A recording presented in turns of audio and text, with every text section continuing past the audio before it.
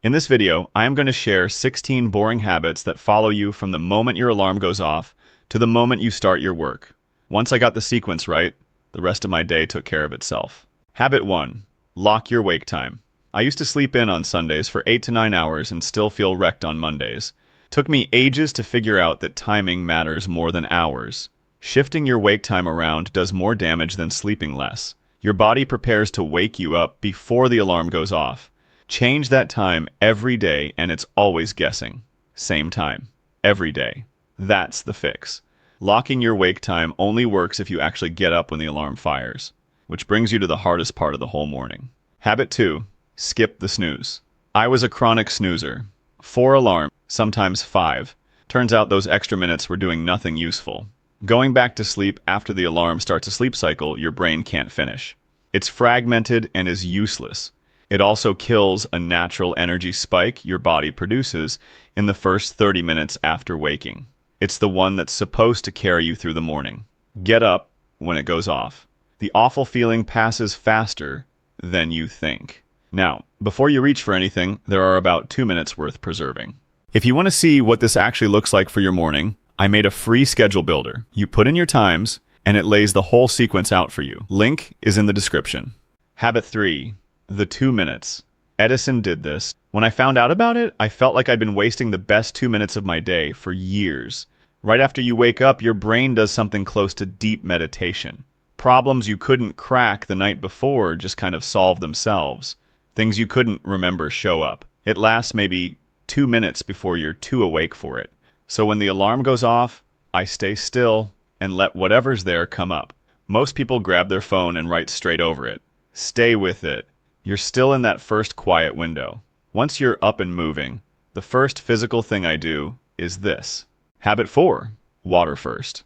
Before coffee, before anything else, I drink a glass of water. 1 glass. Takes about 20 seconds. I did this for years without really knowing why it mattered. Then I found out your blood is at its thickest in the morning after hours without fluids. Heart attacks and strokes peak between 6 and 10 a.m. for exactly this reason. Take 1 glass. 20 seconds, think of it as a cardiovascular habit dressed up as a wellness one. Habit 5. Get morning light. 5 minutes of morning light. That's it. The simplest version is stepping outside, but sitting by a bright window works too. And for anyone in winter or somewhere the sun just isn't showing up, a bright, artificial light therapy lamp does the same job. The key is getting it early, within the first hour of waking. Your eyes have cells that send a direct signal to the part of your brain that manages your sleep timing. Get light early, and your body knows when the day started. Miss it, and your sleep, the energy, and the whole rhythm suffers. Habit 6. No phone for 30 minutes. I know everyone says this, but there's a reason it hits so much harder in the morning than any other time. Your brain hasn't had any stimulation for 8 hours. So when you pick up your phone, you're more reactive to everything on it than you'll be at any other point in the day. The anxiety, the comparison, the irritation, it all lands harder at 8 a.m. than at noon. Delay checking your phone by 30 minutes, and your brain will thank you for the rest of the day. Now, 30 minutes without the phone gives your brain its first real quiet of the morning. The shower is where the body catches up. Habit 7. The contrast shower. I used to just do a warm shower, ending with a burst of cold water. Then I found out that going back and forth, cold, hot, actually works better than cold on its own. It's 30 seconds cold, 30 seconds hot for 2 or 3 cycles. Cold water exposure increases dopamine by 250%. What surprised me is that it holds steady. A slow burn for about 2 hours rather than a spike. The back and forth makes it even stronger. The shower gets you alert. A few minutes of movement locks it in. Habit 8. 10 minutes of movement. It could be anything. A walk, some push-ups. Moving for 10 minutes clears out the leftover grogginess from the night and gets your brain actually working. That's it. The fitness stuff is just a bonus. At this point, most people walk straight to the coffee machine. That's the one habit on this list worth fighting the urge on. Habit 9. Delay your coffee. I used to drink coffee quite early in the morning, before I'd even have breakfast.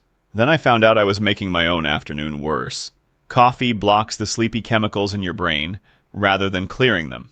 When the caffeine wears off, everything blocked comes back at once, hitting you at the same time. Your body makes its own natural stimulant in the first 90 minutes after waking. Let it run first. Add coffee after. And while you're delaying the coffee, you might as well optimize your breakfast time. Habit 10. Eat your breakfast at a specific time. I don't eat until a fixed time each morning, no matter when I woke up. If I'm up early, I wait. This feels strange at first. You're awake, you're moving, why wait? But it turns out your gut, liver, and pancreas all run on their own body clocks. Eat at the same time every day, and they stay in sync. Let the timing drift, and your energy and focus go with it. Almost no morning routine videos mention this. That's partly why it's here. Habit 11. Protein and fiber. Every morning, I start with around 20 grams of protein and pair it with fiber. Eggs, Greek yogurt, and nuts do the trick. Carbs at breakfast spike your insulin. By 10 a.m., your blood sugar has already crashed. This leads to brain fog and a desperate need for another coffee. All of it is hitting exactly when your most important work should be happening. Having protein and fiber in breakfast keeps the curve flat. I even repeat the same breakfast almost every day. It is boring, but functional. Now, meal done. Time to get moving. Habit 12. The post-breakfast walk. After breakfast, I drop my kid off for his bus pickup and use that time to just walk for 10 to 15 minutes. Nothing intense. I started doing this randomly and then found out why it works. When you move after eating, your muscles absorb blood sugar directly, before it gets the chance to spike and crash. I found a study where people who took 3 short walks after meals had better energy control than people who did a full 45-minute workout.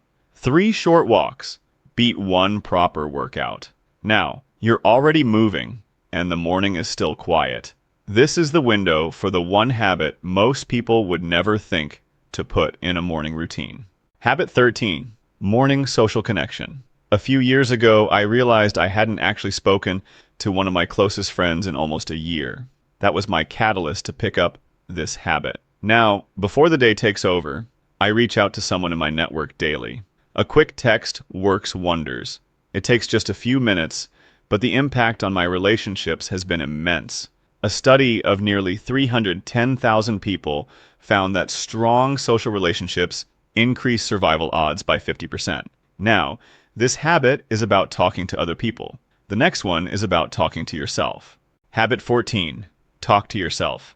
I only started doing this a few months ago, and I genuinely wish I'd tried it earlier. Before I sit down to work, I record a 90-second voice note of whatever's actually on my mind.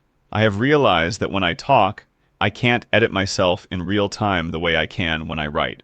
Saying something out loud creates a kind of clarity that staring at it on a screen takes much longer to read. Once you try it, you'll notice the clarity that sets the day. This habit shows you what's actually taking up space in your head. Now, once you can see it clearly, the next step becomes obvious. Habit 15. Name your one thing. This habit keeps urgency from hijacking my day. I have been doing this for a long time now. I start my workday by deciding on the most important thing I need to get done. It either comes out in my voice notes or from my night routine. Once I do that, everything else becomes secondary. Sounds simple, but it has the power to completely change how you feel at the end of the day. On the days I skip this, I invariably find myself busy, but short of accomplishing one thing that actually needs to happen. Habit 16. Use your travel time. Whenever I travel to work, I keep the first part of the commute empty. No podcast, no music. I use that time to mentally work through my one thing for the day. By the time I arrive, I've already thought through the most important part of the day without trying. If I finish that early, I put on a podcast or a short video that actually teaches a skill. There you have it, 16 boring habits that actually work. And if you are wondering how to keep them, I made this video on the power of never going to zero. Watch that next.